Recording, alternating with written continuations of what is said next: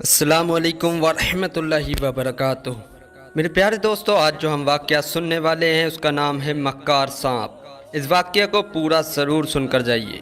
حضرت سیدنا محمد بن عیینہ رحمۃ اللہ تعالی علیہ فرماتے ہیں، ایک مرتبہ حضرت سیدنا حمیری بن عبداللہ رحمۃ اللہ تعالی علیہ شکار کے لیے گئے۔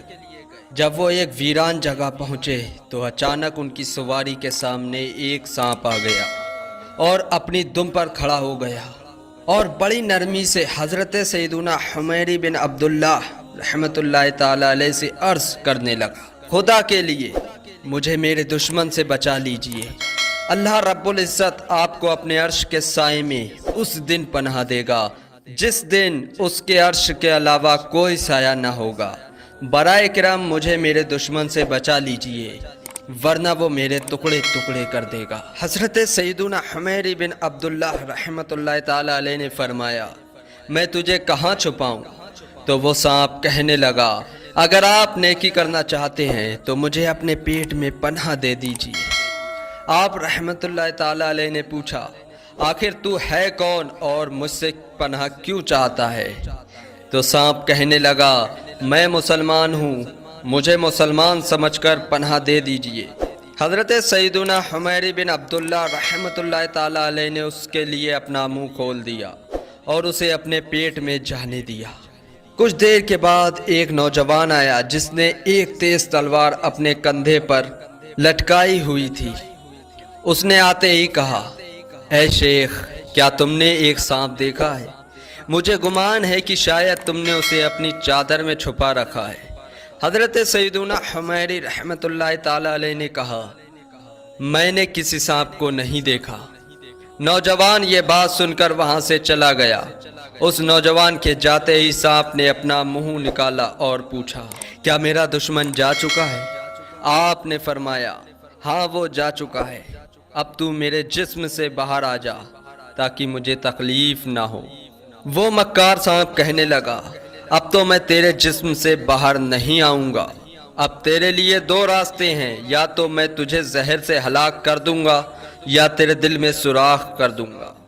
آپ رحمت اللہ تعالی علیہ نے اس سے کہا، تو مجھے کس دشمنی کی وجہ سے سزا دینا چاہتا ہے؟ تو سانپ نے کہا، تو بہت بڑا بے وقوف ہے کہ تو نے مجھے نیکی کے لیے چنا۔ کیا تو مجھے نہیں جانتا کہ میں نے تیرے باپ آدم علیہ السلام سے کس طرح دشمنی کی؟ آخر تو نے میرے ساتھ یہ احسان کیوں کیا؟ آخر تجھے مجھ سے کیا لالچ تھا؟ نہ تو میرے پاس مال و دولت ہے اور نہ ہی کوئی سواری کہ جسے بطور انعام تجھے دے سکوں۔ آپ رحمت اللہ تعالی علیہ نے فرمایا، میں نے تو صرف رضائے الہی کے لیے تیرے ساتھ نیکی کی تھی۔ اگر تو مجھے مارنا ہی چاہتا ہے تو مجھے پہاڑ پر جانے دے تاکہ میں وہیں رہ کر اپنی جان دے دوں۔ تو سانپ کہنے لگا، ٹھیک ہے، تم پہاڑ پر چلے جاؤ۔ آپ رحمت اللہ تعالی علیہ پہاڑ پر آئے اور موت کا انتظار کرنے لگے۔ جب آپ رحمت اللہ تعالی علیہ پہاڑ پر پہنچے تو اچانک وہاں ایک نوجوان نظر آیا جس کا چہرہ 14ویں کی چاند کی طرح روشن تھا۔ اس نے کہا، اے شیخ، یہاں زندگی سے مایوس ہو کر موت کا انتظار کیوں کر رہے ہو؟ آپ رحمت اللہ تعالی علیہ نے سانپ والا سارا واقعہ اس نوجوان کو بتا دیا۔ اب سانپ میرے پیٹ میں موجود ہے، میں نے تو اسے دشمن سے بچانے کے لیے پناہ دی تھی، مگر یہ مجھے مارنا چاہتا ہے۔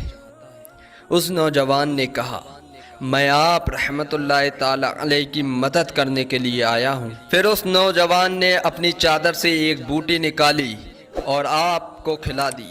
جیسے ہی آپ نے وہ بوٹی کھائی، آپ رحمت اللہ تعالی علیہ کا چہرہ متغیر ہو گیا اور آپ رحمت اللہ تعالی علیہ کانپنے لگے۔ پھر اس نوجوان نے دوبارہ وہی بوٹی کھلائی تو آپ رحمت اللہ تعالی علیہ کے پیٹ میں شدید ہلچل اور درد سا محسوس ہونے لگا۔ پھر جب تیسری بار اس نوجوان نے وہی بوٹی کھلائی تو سانپ کے ٹکڑے ٹکڑے ہو کر پیچھے کے مقام سے نکل گیا اور آپ رحمت اللہ تعالی علیہ کو سکون مل گیا۔